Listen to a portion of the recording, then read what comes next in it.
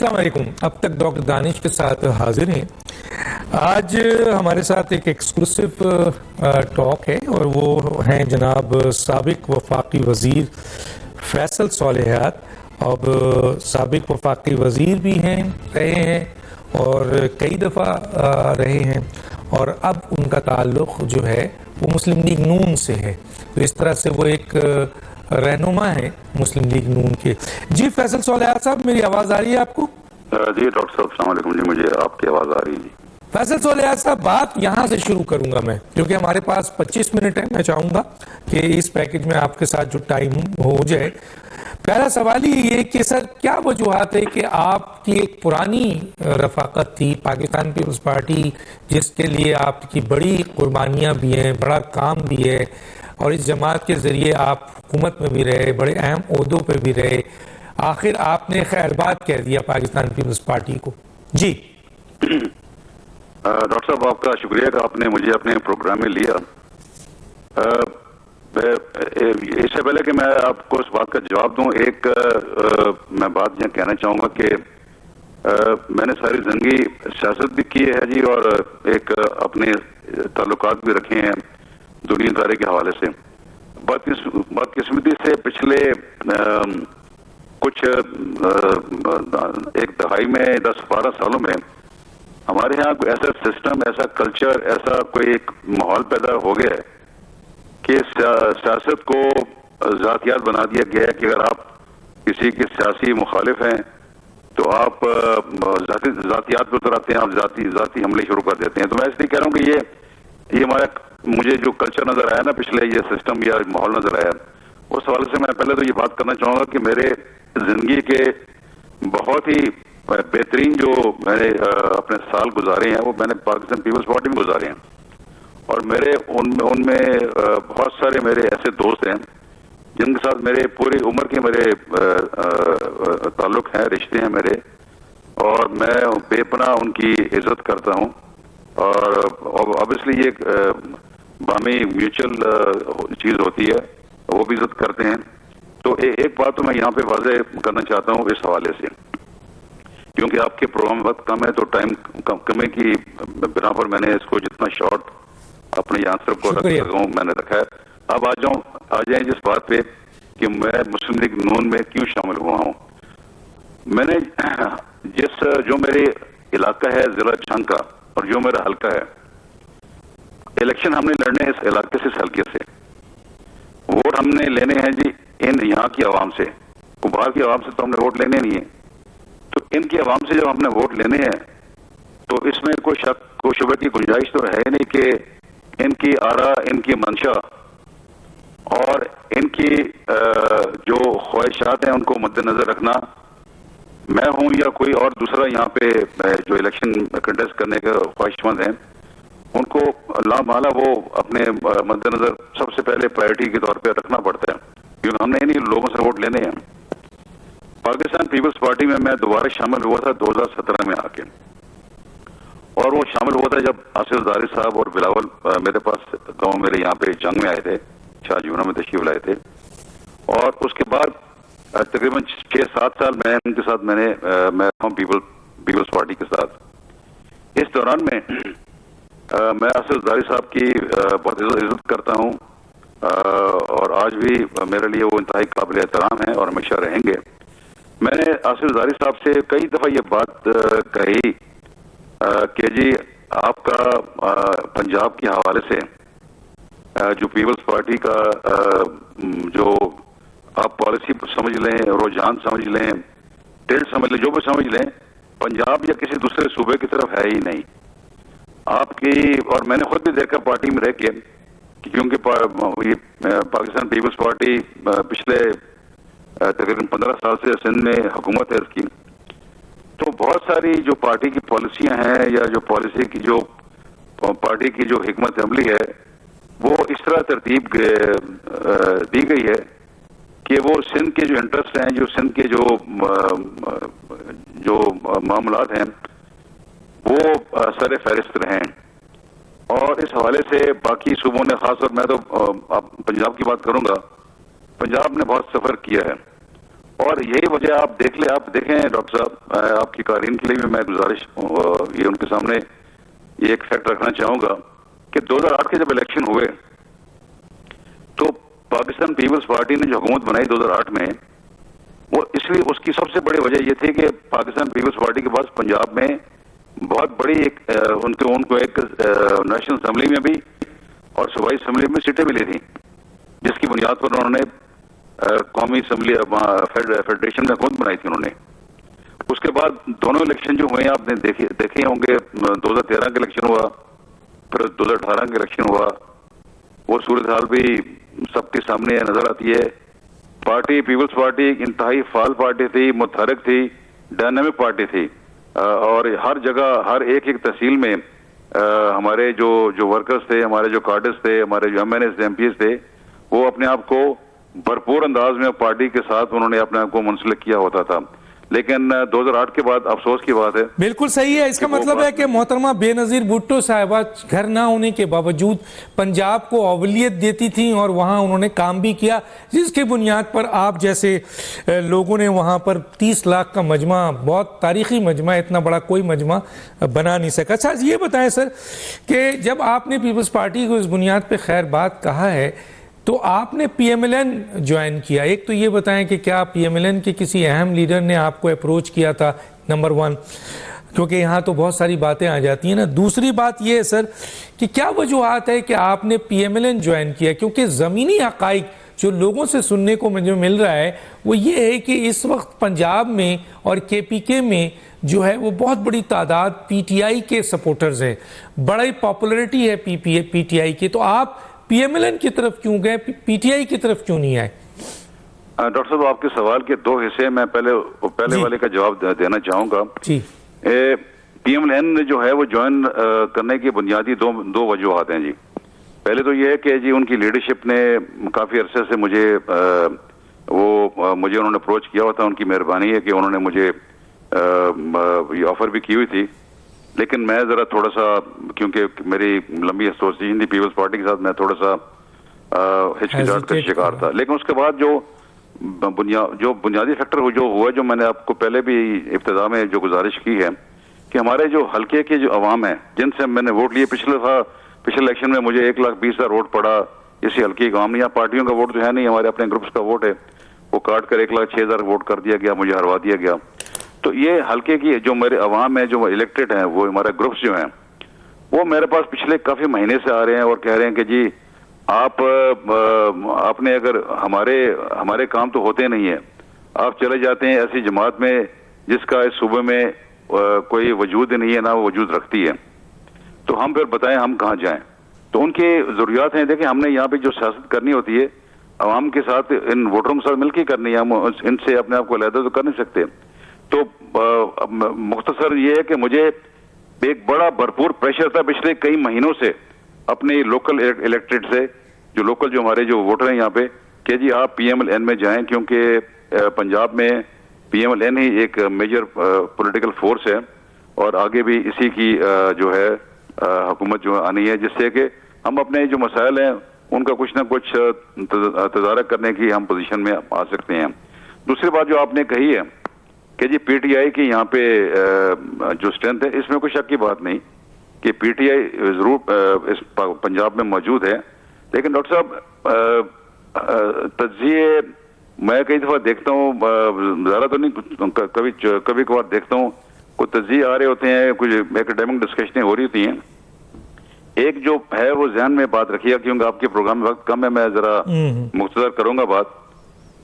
PTI के पास अगर उनके पास मजबूत उम्मीदवार हुआ, जिसको मजबूती से मैं कहता हूं इलेक्टेबल्स।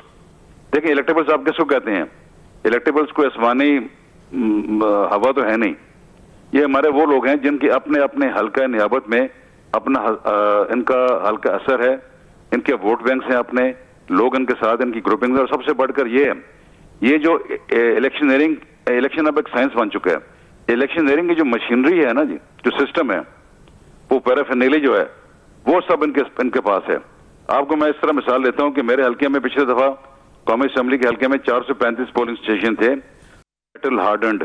वो उस हवाले से वो एक ही चीज को जानते हैं।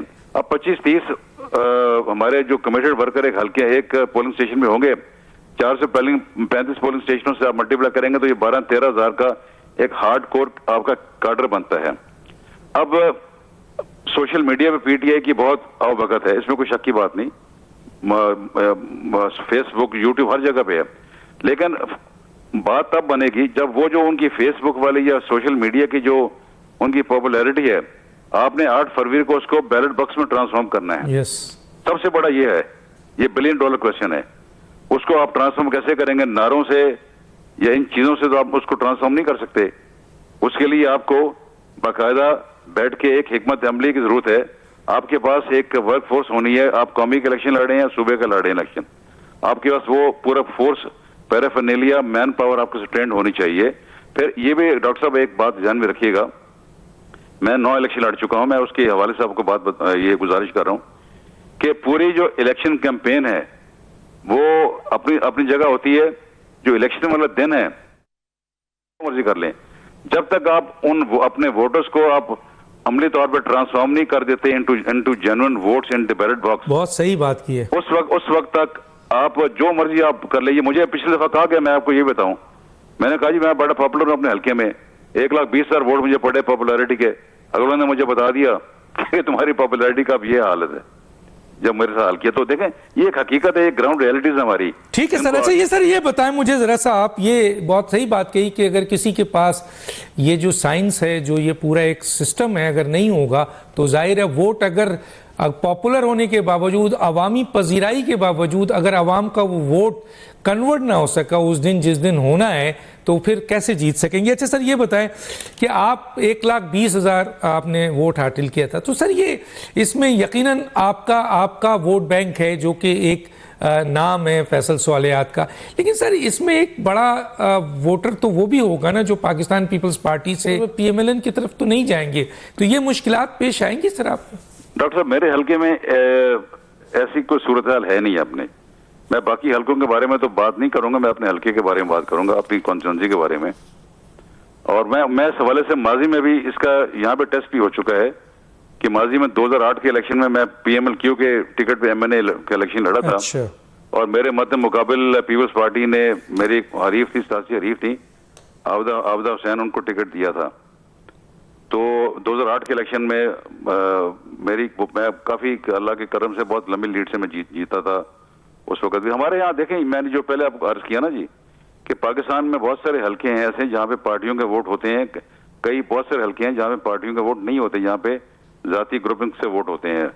उस हवाले से तो हमारे जो ये हल्के यहाँ पे हैं, जिस तरह हमारा जिला है और भी बहुत सारे जिला हैं, पंजाब में भी हैं, बाकी सूबों में भी होंगे, वहाँ पे ये जो जाती ग्रुपिंग्स हैं वो पर्सनल ग्रुपिंग्स जो हैं वो मैटर करती हैं, जो सियासी धड़े हैं वो मैटर करते हैं यहाँ पे। तो इसमें मतलब ये है कि जाहिर है कि आपका अपना वोट बैंक बहुत बड़ा है माशाल्लाह, और ऐसी पोजीशन पे है कि आप खुद जीत सकते हैं, लेकिन PMLN के जहाँ भी वोट मसलन उस इलाके में वोट होंगे वो भी अब आपको मिल जाएंगे। अच्छा सर ये बताइए कि मौजूदा इलेक्शन तो मुतनाज़ा हो चुका है, जिस तरीके से आप देखिए कि सियासी जमातें निगरान हुकूमत को B टीम कह रही हैं और ख़ास तौर पे नाम ले रही हैं बाज़ाब्ता कि ये नून लीग को प्रमोट कर रहे हैं।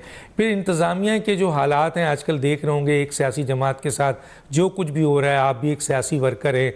दूसरा ये है कि सर पाकिस्तान बार काउंसिल्स बहुत बड़ी बॉडी है, और पाकिस्तान बार एसोसिएशन जो कि सुप्रीम कोर्ट बार एसोसिएशन है, उन्होंने इलेक्शन कमीशन पे जानिबदारी का इल्ज़ाम लगा दिया है, इंतज़ामिया पे जानिबदारी का इल्ज़ाम लग रहा है और हुकूमत पे लग गया है। तो ये इलेक्शन होने से पहले मुतनाज़ा हो गया है।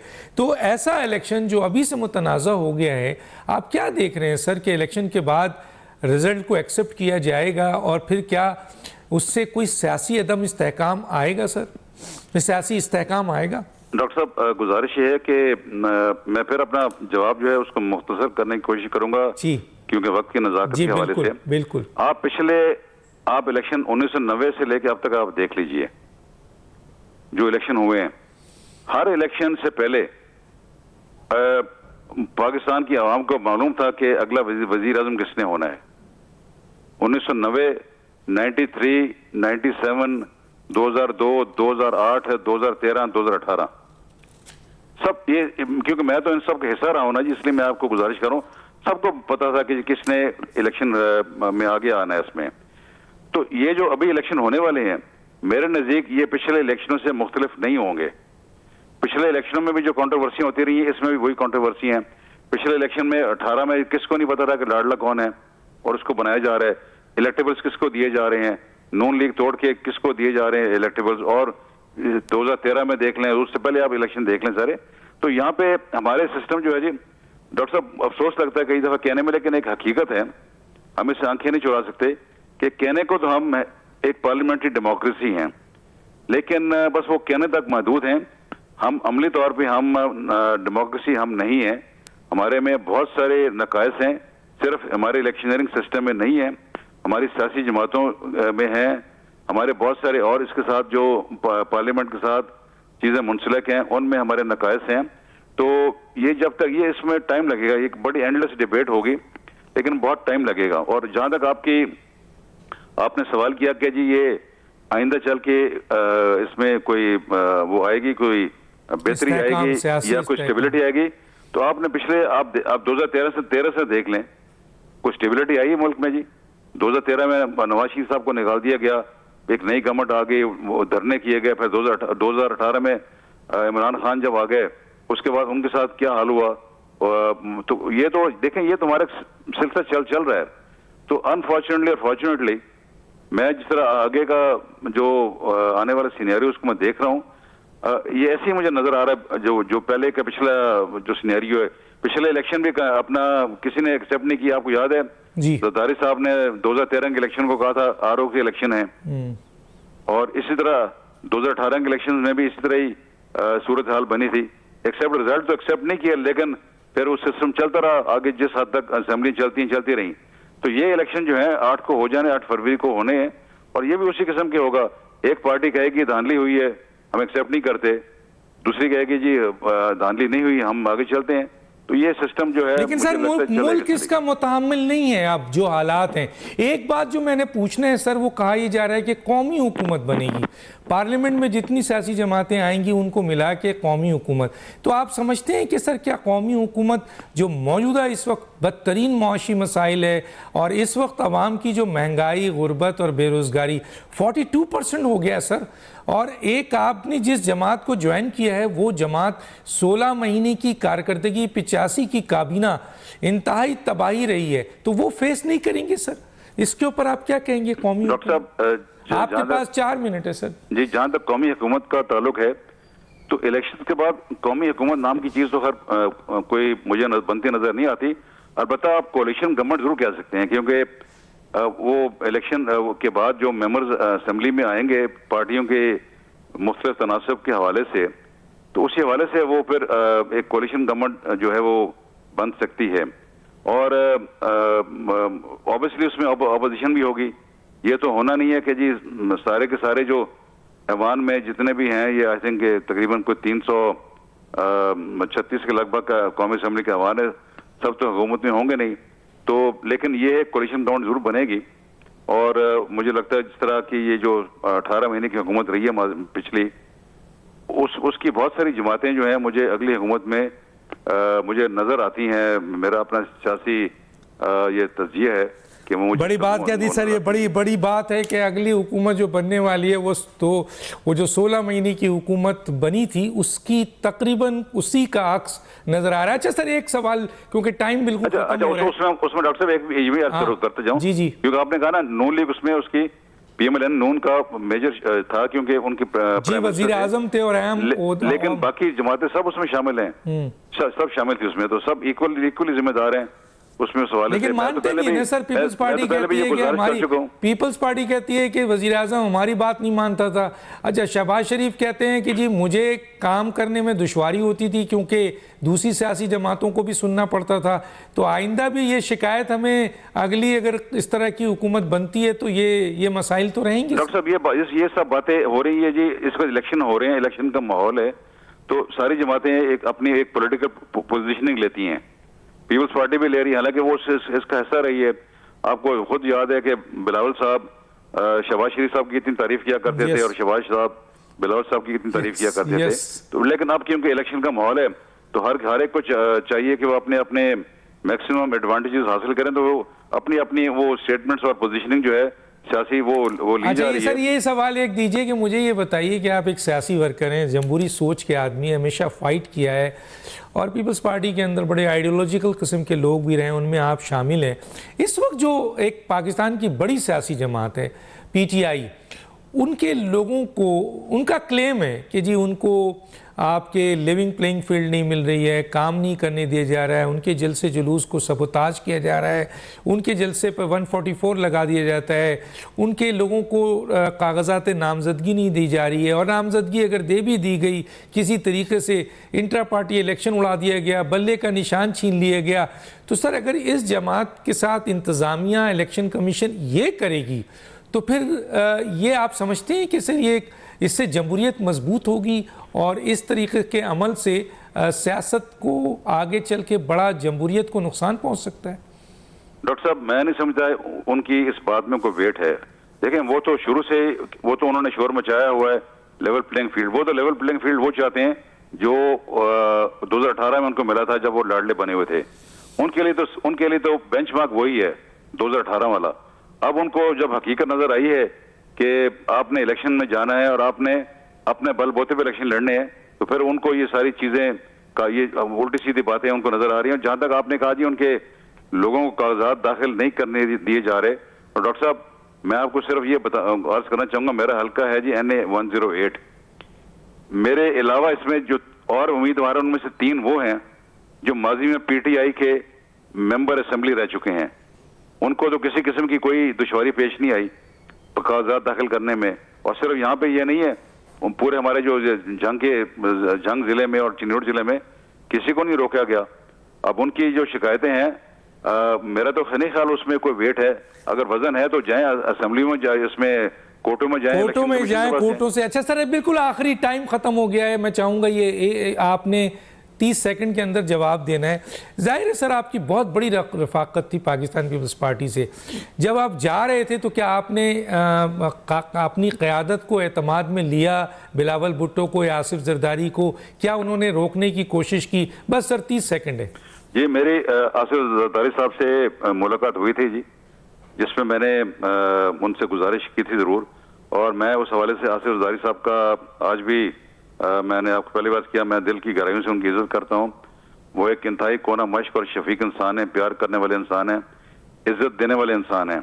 और उन्होंने मुझे बहुत इज्जत दी थी, मैं उसका बड़ा मशकूर, मैं उनकी दिली तौर पे एहतरामी करता हूँ। और मैंने उन्होंने भी मुझसे कहा और मैंने भी उनसे कहा कि सियासत अपनी जगह पे है, लेकिन हमारे जो ये जाती जो ताल्लुक रिश्ते हैं ये उस तरह रहेंगे, और हमारी इज्जत और एहतराम का जो रिश्ता है वो उस तरह रहेगा। और मैं बहुत शुक्रिया सर, आपका वक्त खत्म हो जाता है। किसी स्टेज पे इंशाल्लाह तफसील से आपसे बात करेंगे। और अब जाहिर है आपका ताल्लुक PMLN का है।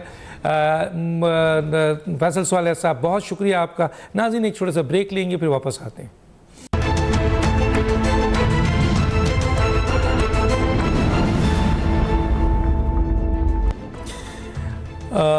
नाज़रीन इस वक्त हमारे साथ तर्जुमान पाकिस्तान तहरीक इंसाफ अली मोहम्मद ख़ान हैं, उनसे खुसूसी गुफ्तगू है। जी अली मोहम्मद ख़ान साहब मेरी आवाज़ आ रही है आपको? अस्सलाम वालेकुम डॉक्टर साहब, बहुत शुक्रिया बुलाने का। अच्छा सर ये बताएं कि इस वक्त आपकी तंजीम, क्योंकि आप तर्जुमान हैं, कैसे सोच रहे हैं? क्योंकि इस वक्त आपका तो क्लेम है कि पाकिस्तान की इस वक्त सबसे बड़ी सियासी जमात आप हैं, और ज़मीनी हक़ाइक़ आप कहते हैं कि ये है कि जी बहुत बड़ी तादाद में नौजवान भी इस वक्त इंडक्ट हुए हैं, वोटर्स हुए हैं, और आपकी नौजवानों में बहुत मजबूत गिरफ्त है। तो ऐसी सूरत हाल में इस वक्त जो इंट्रा पार्टी इलेक्शन आपका जो कलअदम हुआ, उसके बाद बल्ले का निशान आपका जो है वो ले लिया गया, फिर पेशावर हाई कोर्ट ने जो है वो आपको रिलीफ दिया। लोग कह रहे हैं ये वक्ती रिलीफ है क्योंकि इलेक्शन कमीशन और आपके Akbar S Babar supreme court चले गए हैं, तो वहाँ पर ये वक्ती रिलीफ अगर ना मिला आपको, यानी आपका ये परमानेंट ना हुआ, तो फिर PTI कैसे मूव करेगी? और इस सिलसिले में कि जी आपके लोगों को ना सियासत करने दी जा रही है, ना आपके जलसे करने दिए जा रहे हैं, ना नामजदगी दी जा रही है, और अब सुनने में आया है कि अहम लोगों के सामने जो खड़े हैं उनके कागजात भी मुस्तरद करने की प्लानिंग हो रही है, जो इंतज़ामिया और इलेक्शन कमीशन पे इल्ज़ाम आ रहा है। क्या कहेंगे सर? बहुत शुक्रिया डॉक्टर दानिश साहब। बिस्मिल्लाहिर्रहमानिर्रहीम अल्लाहुम्मा सल्लि व सल्लिम मुबारक अला सय्यिदिना मोहम्मद व अला आलि मोहम्मद। देखें डॉक्टर साहब, जिंदगी में उतार चढ़ाव आते हैं, यही जिंदगी है। जिंदगी एक सीधे रास्ते पे सफर करने का नाम नहीं है, बल्कि ये भूल भुलैयों में से रास्ता निकाल के अपनी मंजिल पे पहुंचने का नाम है।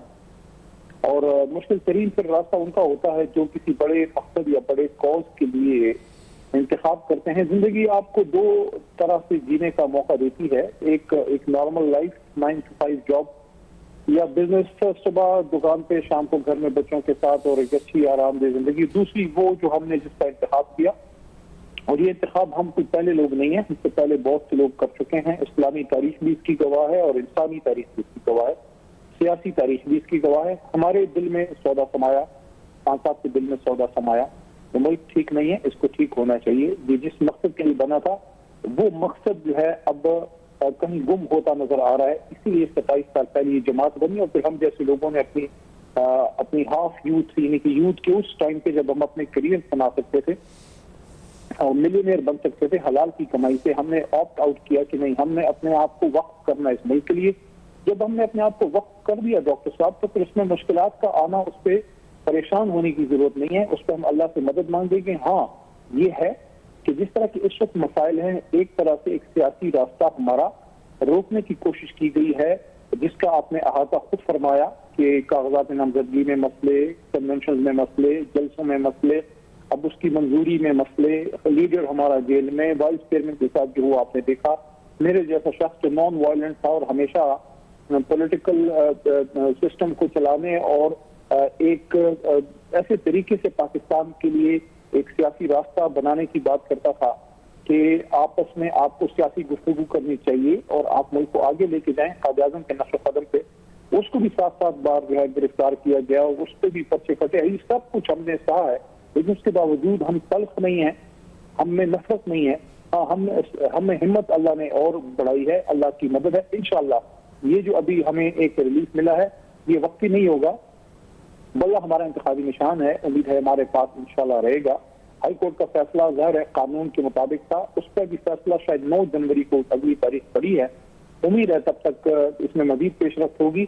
उम्मीद है इलेक्शन से 1 महीना पहले मुल्क की सबसे बड़ी जमात से उसका इंतखाबी निशान छीनने की दोबारा कोशिश जो है वो नहीं की जाएगी। उम्मीद है कि सब लोग इस बात को समझ गए होंगे, या उनको समझना चाहिए, ये लफ्ज़ ज्यादा बेहतर है कि 8 फरवरी को इस मुल्क में एक अच्छे अंदाज में आप इलेक्शन होने दें, पाकिस्तान के अवाम को फैसला करने दें। मैं आपको ये यकीन दिलाना चाहता हूँ पाकिस्तान तहरीक इंसाफ की तरफ से कि अगर हम हुकूमत में आए, हम मुल्क को आगे लेके जाएंगे। हम नफरत या इंतकाम से नहीं, हम मुल्क को आगे लेके जाएंगे एक बड़े विजन के साथ। और होपफुली जो भी इस वक्त मुझे सुन रहे हैं वो इस बात से एग्री करेंगे कि पाकिस्तान को इस वक्त नफरत और इंतकाम की नहीं, पाकिस्तान को इस वक्त सियासी इस्तेहकाम और एक विजनरी लीडरशिप की जरूरत है। उस लीडरशिप हमारे पास है खान साहब की सूरत में। सियासी जय्यद लोग भी हैं, शाह साहब भी हैं, और भी इस तरह के बहुत से लोग हैं। हमारा भी इस दर्शन में 10 साल तो पार्लियामेंट में हो गए। होपफुली इंशाल्लाह we will do whatever we can. अच्छा सर, ये बताएं इस वक्त जो है क्या इमरान खान साहब ने हुकूमत में आकर भी गलतियां की हैं, और उसके बाद हुकूमत के बाद जब अपोजिशन में गए तो बड़ी बड़ी गलतियां हुई हैं। एक गलती, मैं पिछली तमाम गलतियों को इस वक्त डिस्कस नहीं करना चाहता, मैं सिर्फ एक गलती जो कुछ लोग ये कह रहे हैं कि ये भी इमरान खान की गलती है कि उन्होंने अपनी पार्टी को जो है वकला के हवाले कर दी है। इस वक्त जो जमहूरी सियासी, क्योंकि आपकी पार्टी वैसे ताश के पत्तों की तरफ बिखर गई है, कई अहम तरीन लीडर्स जा चुके हैं दूसरी सियासी जमातों में या गायब हो गए, तो लेकिन इसके बावजूद सियासी मौजूद थे सियासी लोग पीटीआई के जो इसको फेस कर रहे हैं, लेकिन उनको क़यादत देने के बजाय वकला के हवाले पार्टी कर दी गई है, और ये पीटीआई के लिए मुश्किलात बनेगी। और कहा यह जा रहा है कि पीटीआई वकला में गुम हो जाएगी, कि इसको कैसे देखते हैं सर? मैं से नहीं एग्री करता। इस जमात में हम जैसे लोग मौजूद हैं। इस जमात को बनाने वाले इमरान खान के साथ एक वकील हामिद खान ही थे, और आखिरी रात 9 अप्रैल की रात जो खड़ा था वो एक सियासी कारकुन भी है, लेकिन वो एक वकील भी है जो बिहार से मुखातिब है। 78 दिन की जेल जब काटी, जब सब लोग पत्तों की तरह, खजा के पत्तों की तरह कर रहे थे, तो जहां मेरे बड़े भाई शरियार खान अफरीदी मेरे साथ वहां जम के खड़े थे, तो मैं भी वहां अल्लाह के हुक्म से था। तो आपका भाई वकील है, तो एक वकील आपका जमात का बानी मुबानी भी है, आपके साथ खड़ा भी है, इसी तरह बहुत से वकला आपके साथ मुश्किल में खड़े हैं। तो उनको, उनके किरदार को हम कम इस तरह से नहीं कर सकते या डाउनग्रेड के वकला के हवाले की गई है। हम इसको ये भी कह सकते हैं कि मुश्किल सूरत हाल में पाकिस्तान तहरीक इंसाफ के वकला ने पार्टी को सहारा दिया है, तब तक जब तक प्रॉपर सीनियर पॉलिटिकल लीडरशिप बाहर नहीं आ जाती, कुरैशी साहब बाहर नहीं आ जाते, ऑफ कोर्स बानी चेयरमैन खान साहब नहीं आ जाते, परवेज इलाही साहब नहीं आ जाते, पंजाब के सदर पुराने हमारे एजाज चोई साहब नहीं आ जाते, डॉक्टर यासीन राशिद साहिबा नहीं आ जाती, हमारे खैबर पख्तूनख्वा में हमारे सीनियर लीडर्स हैं, आतिफ खान साहब हैं, शहराम खान तरकई साहब हैं, और हमारी कुछ लीडरशिप वो जब आएंगे तो जाहिर है वो अपना रोल दोबारा अदा करना शुरू करेंगे। और ये जो वकला जिन्होंने मुश्किल में इस जमात को सहारा दिया है, हम उनको डिस्कार्ड नहीं करेंगे। ये वकला हमारे सर का ताज हैं और इनको इंशाअल्लाह हम उनकी मुनासिब इज्जत की, वो जो उनका हक है वो देते रहेंगे, वो देंगे। उनकी जमात है और मैं तो हमेशा अप्रिशिएट करूंगा कि वकील ही मुश्किल में तहरीक इंसाफ के भी काम आए, वकील ही मुश्किल में अपनी जुडिशरी के भी काम आए। जब सब सियासी लोग पीछे हट गए, वकील ये डंडे खाए। मेरे उस्ताद मोहतरम अभी दुनिया में नहीं, अब लतीफ आफरीदी लाला, उनकी टांग का मसला हुआ था जब लॉयर्स मूवमेंट में उनको चोट लगी थी, और वकील ही थे जिन्होंने पाकिस्तान बनाया। ठीक है सर, ठीक है, मैं आगे आता हूं। आपने बड़ी, क्योंकि टाइम कम है वरना मैं जरूर आपसे और मजीद बात करता। अच्छा सर, चले हम थोड़ी देर के लिए अगर ये मान भी लें कि इस वक्त आपकी ज़मीनी हक़ाइक़, हालांकि इकनॉमिस्ट जो ये आपका अखबार है उसने जो दिया है वो कहते हैं कि मुस्लिम लीग नून जो है वो अपनी इत्तेहादियों के साथ इलेक्शन जीत जाएगी, तो ये जो अमेरिकन अखबार इकनॉमिस्ट है इसने ये कैसे फैसला सुना दिया सर? वो कौन से इसके ज़राए हैं? क्या वाकई ज़मीनी हक़ाइक़ यही हैं सर? देखें, आप इसको फैसला कहें, मैं तो इसको ख्वाहिश कहूंगा। जाहिर है जो उनके सामने सीना तान के खड़े थे, ये तो कभी नहीं चाहेंगे कि वो लोग दोबारा आए।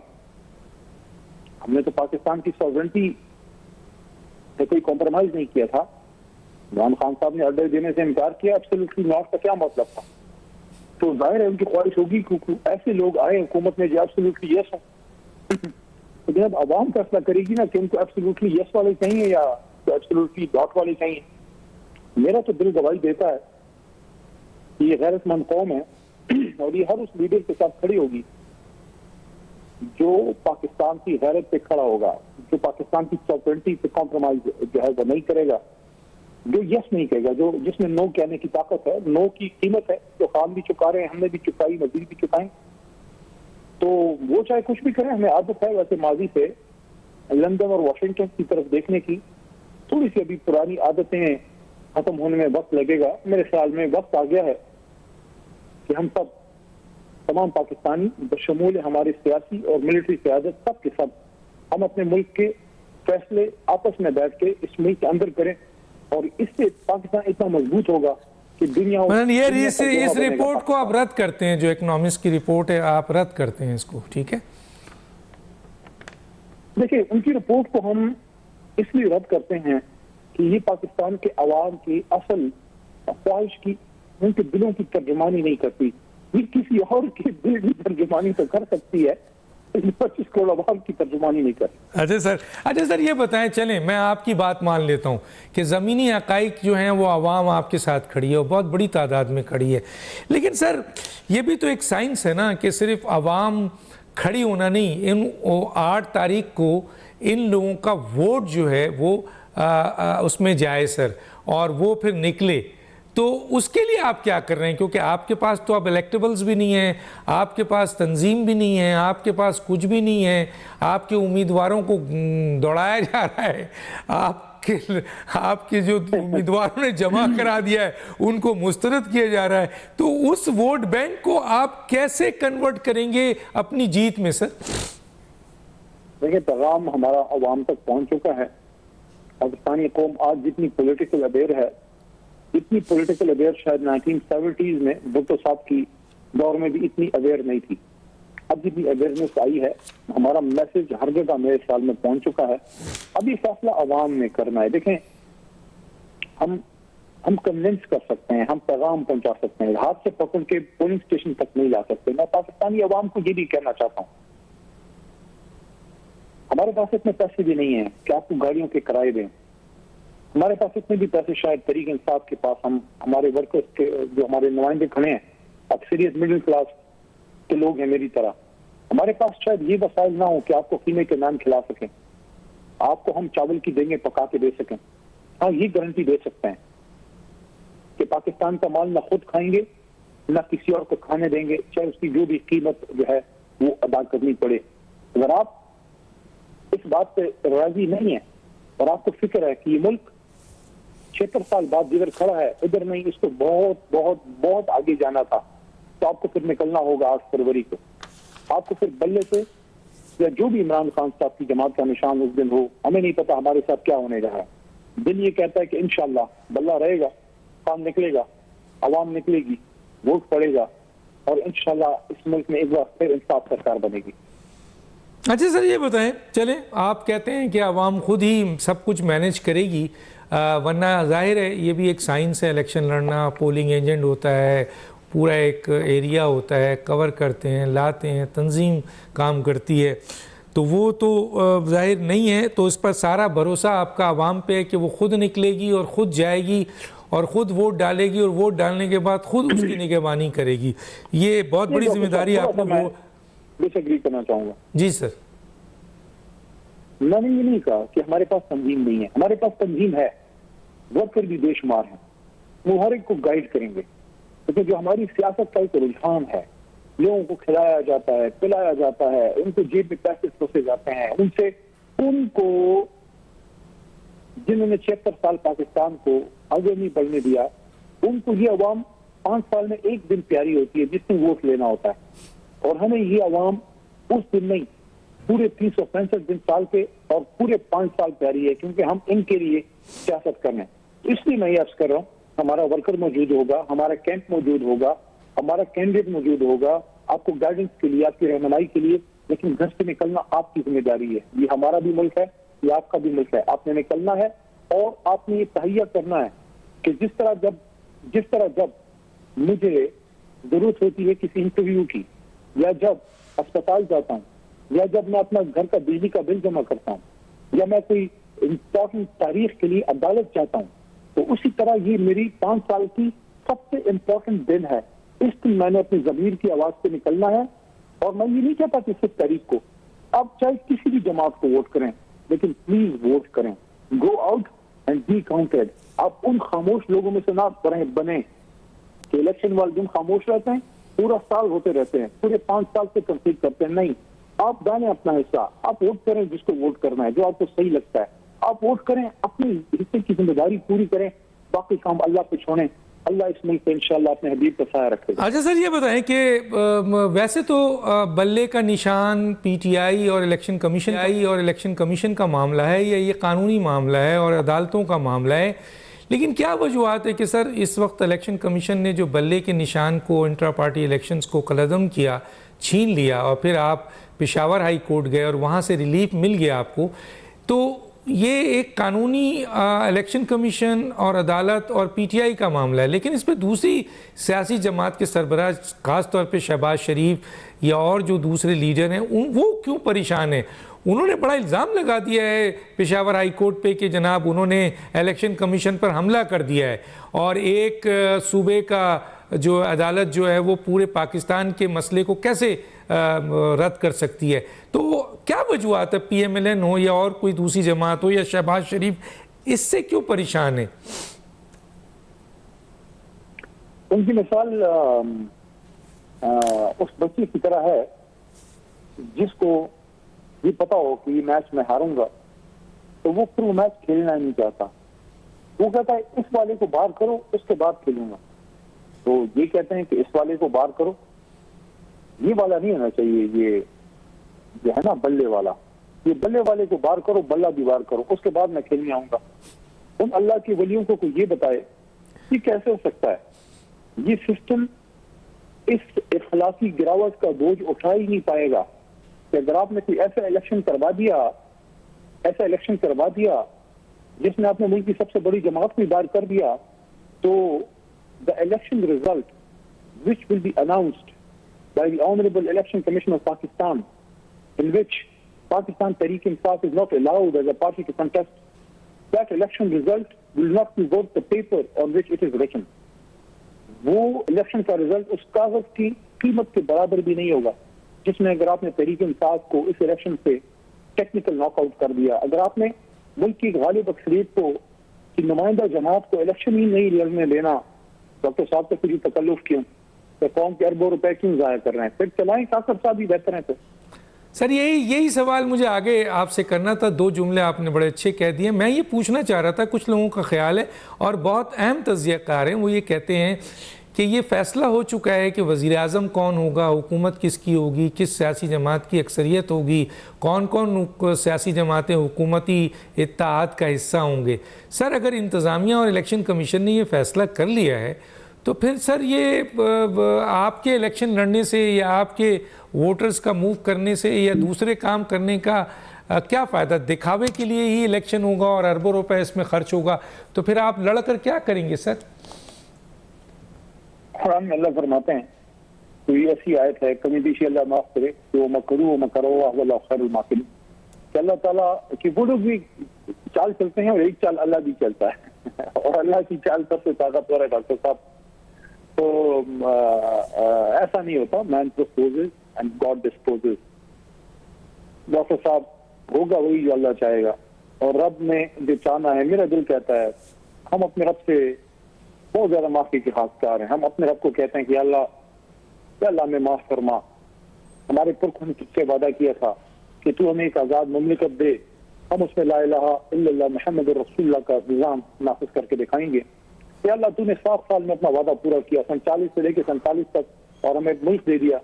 हमसे गुनाह ये हो गया, हमसे जुल्म ये हो गया कि हमने अल्लाह ताला से वादा खिलाफी की है।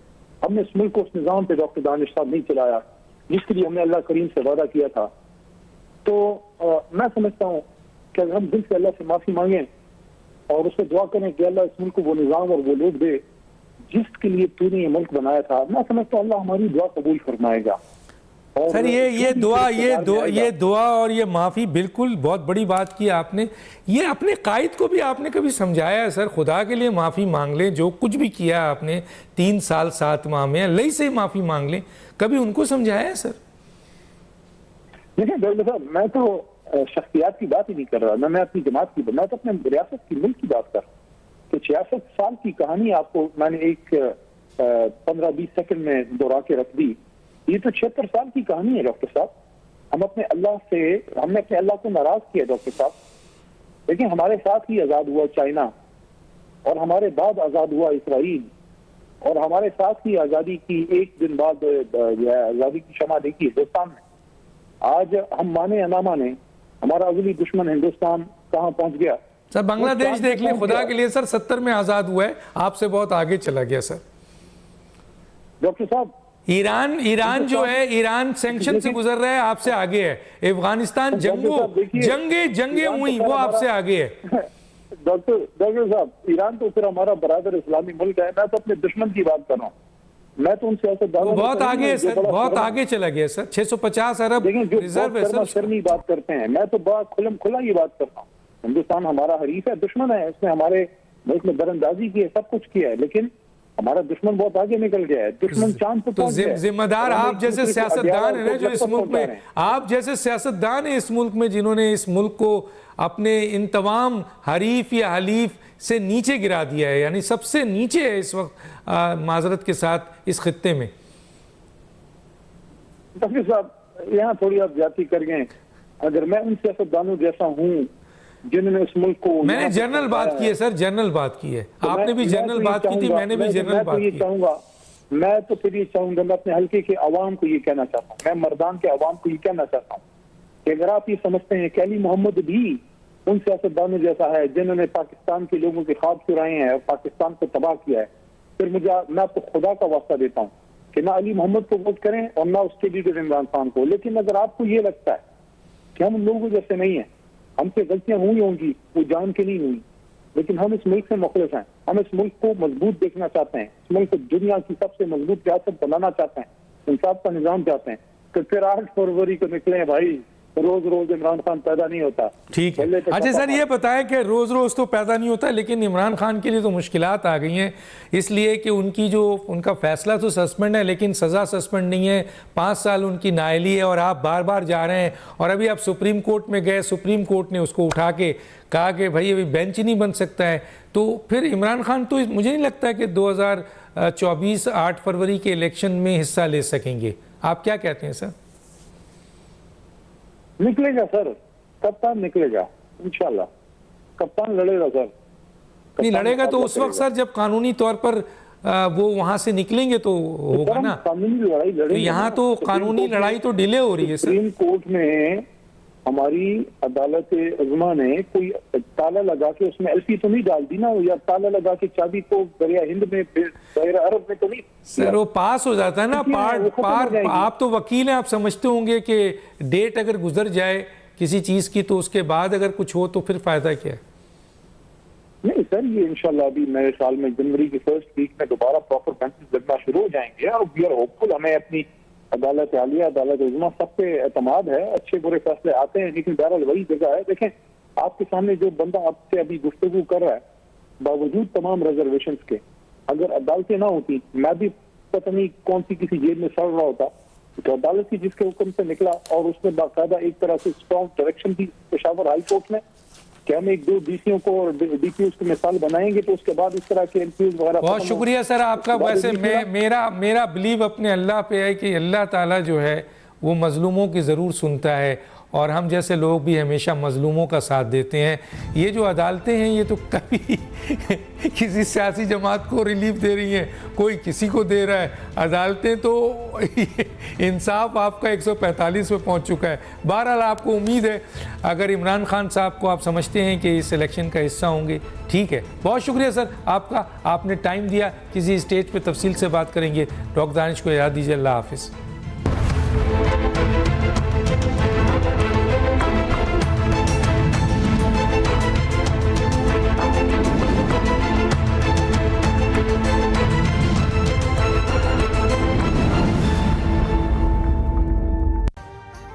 अभी सब्सक्राइब करें ताकि कोई खबर रह न जाए।